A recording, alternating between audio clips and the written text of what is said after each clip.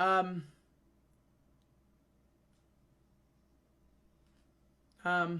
Hello. What is going on, lovely people? Candace B here. Thank you so much for coming to my channel. If you are new here, welcome. If you are a subscriber, welcome back.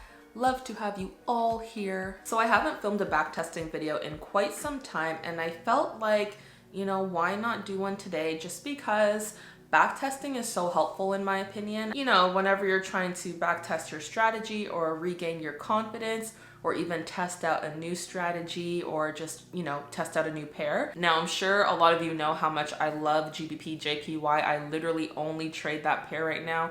That's just who I am as a person. I know some people trade multiple currency pairs. Kudos to them. For me and my personality, I just need to stick to one.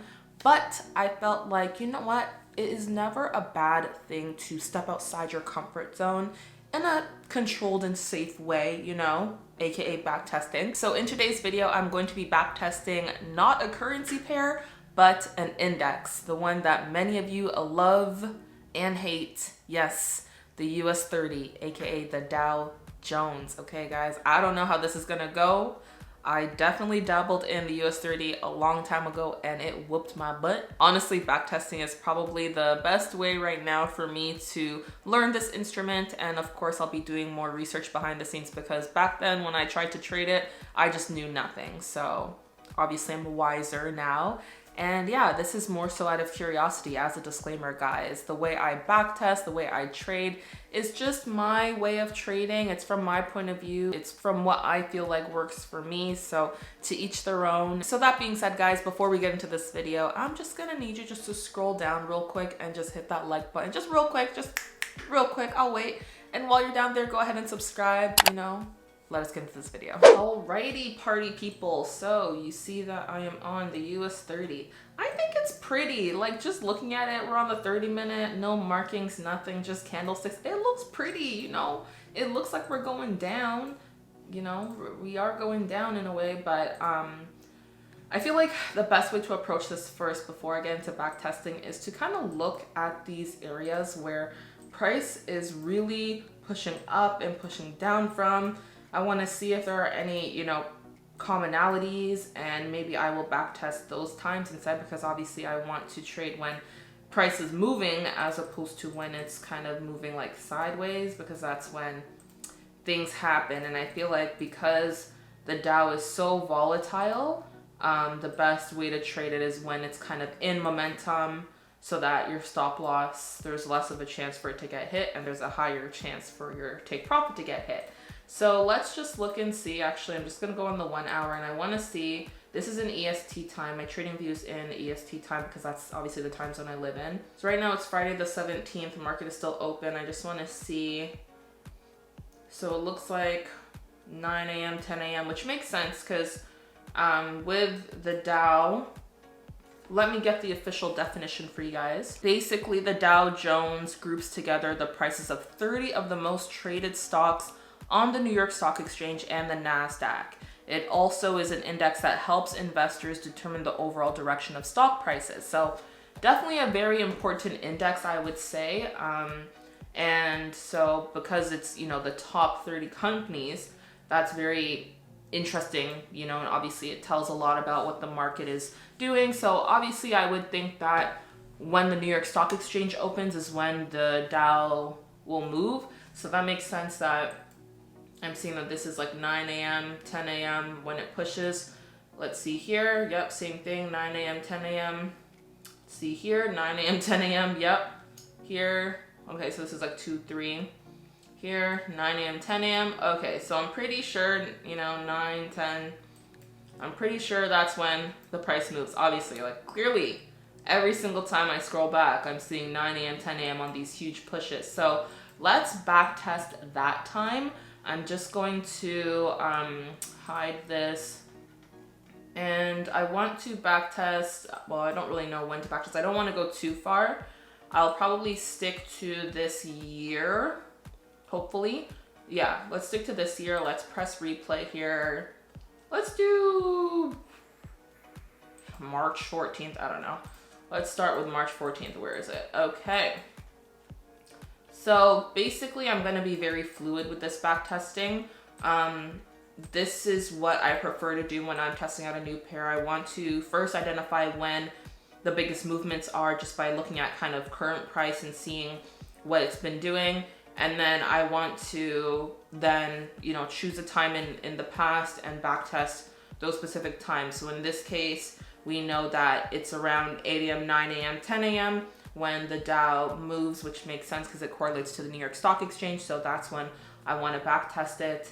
And then, yeah, go from there, see what happens. And then along the way, I guess I'll figure out just how, you know, how effective it will be to implement a stop loss and take profit, and just kind of what the better route would be. I feel like probably using structure is the best way as opposed to like a certain amount of pips. I feel like using structure to determine stop loss and take profit might be helpful. So yeah, let's just get into it. So March, well, this is March 12th. So what day is March 14th, 2021? Let's go into our calendar. So March 14th was a Sunday. I do want to skip forward to get to Monday, which is the 15th. So let's just boom skip. Let's see. 5, 9, 1. Okay. 1. I'm gonna start at 5. Okay. So this is Monday, March the 15th at 5 in the morning. So I'm just gonna drop down to my lower time frames and see what's going on in the market. So clearly we can see that we are in a uptrend here. When we zoom out, it is pretty clear that higher lows, higher highs are being formed. We do see some sideways action, but then pretty much after that, we continue going up. So I would definitely say, you know, there might be a bullish bias. And I feel like when it comes to stocks, it's always a good thing to be on the side of the bulls, because stocks, like the New York Stock Exchange, like it's always growing. Stocks are always going up for the most part, especially the top 30 companies. Let's see here now.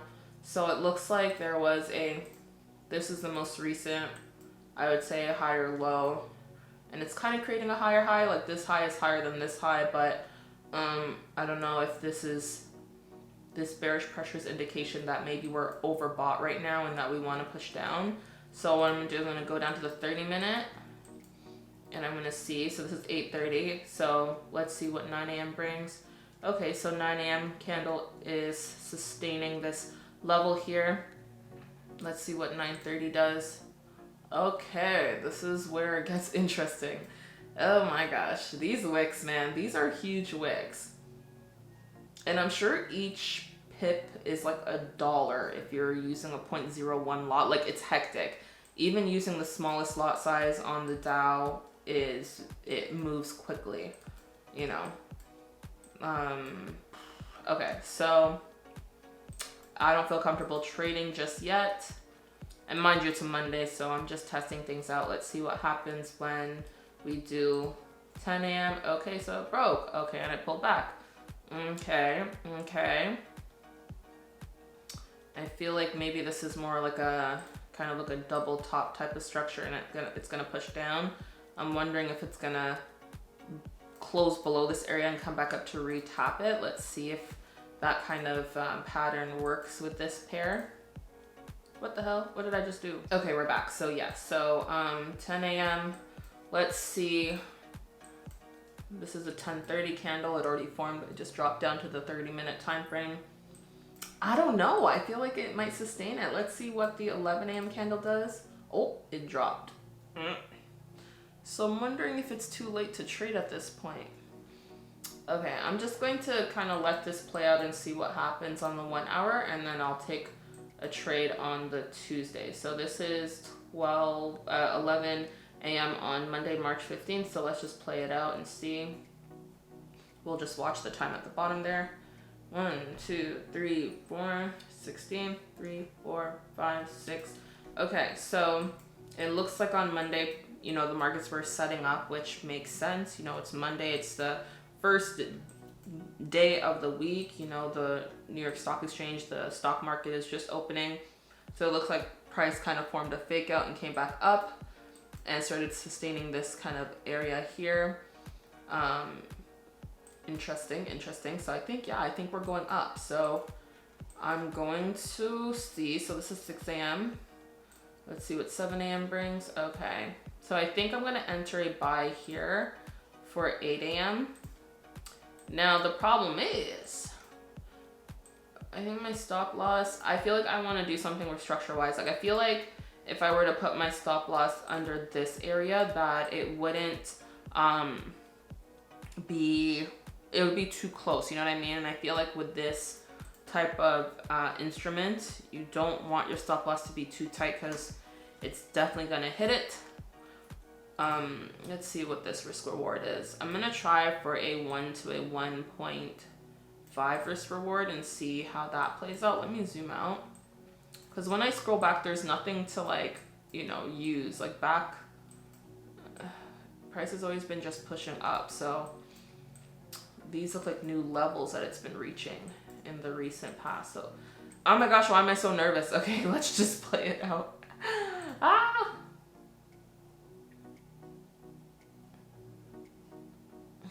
My goodness. It likes this level here for sure. Is it gonna break it or what? Oh my. Wow. This is interesting, y'all. This is very interesting. Oh my God. Yo, what is happening? I actually want to see if it hits my take profit. Ooh. My stop loss. Oh, damn. What the heck? Damn, son. That was so close. I feel like, what? That should have definitely my take profit. Look at that. So essentially, price was pushing down after I just entered a buy. It literally just boom reversed. And, which makes sense. Maybe I should have waited until I saw it close above this area cleanly and then taken a buy. Like here in this area, it makes more sense. But yeah, price pushed down. It failed to break below this zone. So this ended up being some sort of strong zone, and it pushed up against it, pushed up from it, but unfortunately it just missed the take profit, and then it plummeted down to the stop loss. Like, this is hectic. So wait, if this was a 16 that I entered March, my stop loss was hit on the 19th at 9 a.m. So that's a whole week. So Tuesday, 8 a.m., and then it hit my stop loss at 9 a.m. on the Friday, March 19th. So, dang, this was one trade. This was one trade. That's kind of intense. But yeah, it goes to show how like hectic the market is. So let's try again. I'm glad that my bias was kind of right. Like, I mean, technically my take profit could have been hit if it was just a couple of pips lower. Like if it was just down here, from here to here. Look at that difference, guys. That was the difference between stop loss and take profit. Wow. All good. So this is why, honestly, like backtesting is way better, because you feel good that it's not your real money, but you also feel good that you can kind of make mistakes and learn from it in a controlled environment. So I'm just going to go to the next week, which will be the week of March 22nd. So let's just push this bad boy through. 159. Damn, start pushing down. This is the 21st, which is Sunday. 22nd. Okay, so this is now Tuesday, March 22nd. I kind of like the 30-minute. It shows quite a bit. I'm going to see what happens here. So it looks like we did break down below and sustain this level here. This 9 a.m. Candle on the Friday, which is very bearish. And mind you, I'm sure that news events definitely involve themselves when it comes to this, but price pushed itself up, and it retested this zone as a resistance when before it was a support. Now, like, this was a support, this is a support, sorry, that's an S, and then it became resistance. So then it pushed away from it, formed this channel here, this downward channel, but it's above the channel now. So I'm curious to see if we're gonna push back up into this zone, this area. It did kind of hit this level here, this area that was previously tapped as a resistance, then a support, and maybe now it's retesting as a support again. I'm just gonna erase this and see what happened. So it's 8 a.m. Let's see what 9 a.m. does. Okay. I kind of want to wait. Let me just see. I kind of want to wait to see if it's actually going to push down. I'm kind of nervous to take sells on the Dow. Like I feel like it's showing me that it wants to go up. Okay, let's see what the 10 a.m. candle does. Okay, so it just kind of tapped this area. I'm gonna go down to the 30-minute. I just feel a bit more comfortable seeing candlesticks on 30 minutes. So 10:30. I think it does want to push up though, even though there's this top wick. Let's see what 11 a.m. does. So at this point, I probably won't trade because it's already after like lunchtime. You know, I'm sure people are out to lunch on the New York Stock Exchange and stuff like that. Things get slower. So I'm just going to see what happens. If it does end up pushing up, then that'll be good.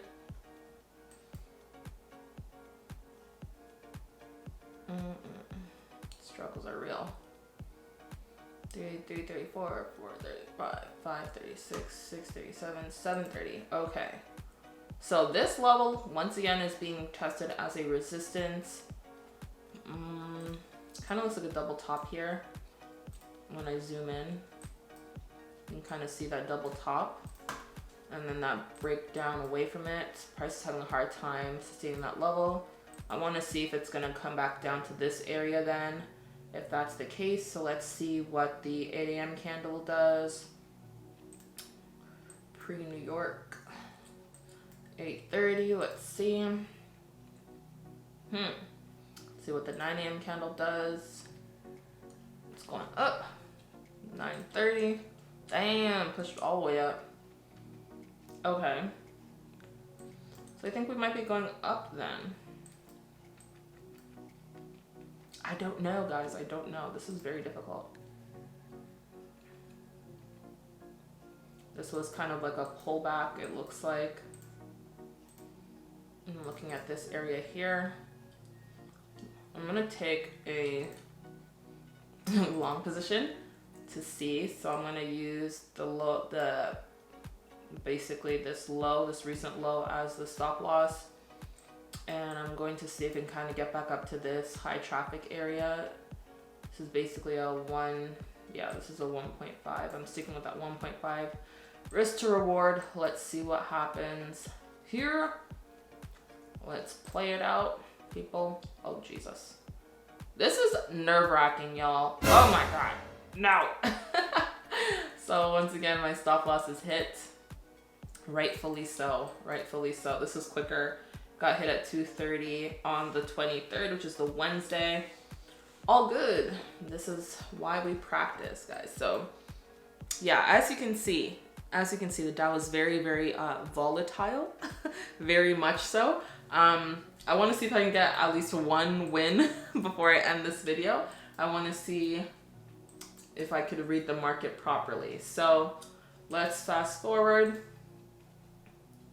to the 24th, which would be the Thursday, if I'm not mistaken. Let's double check. Yeah.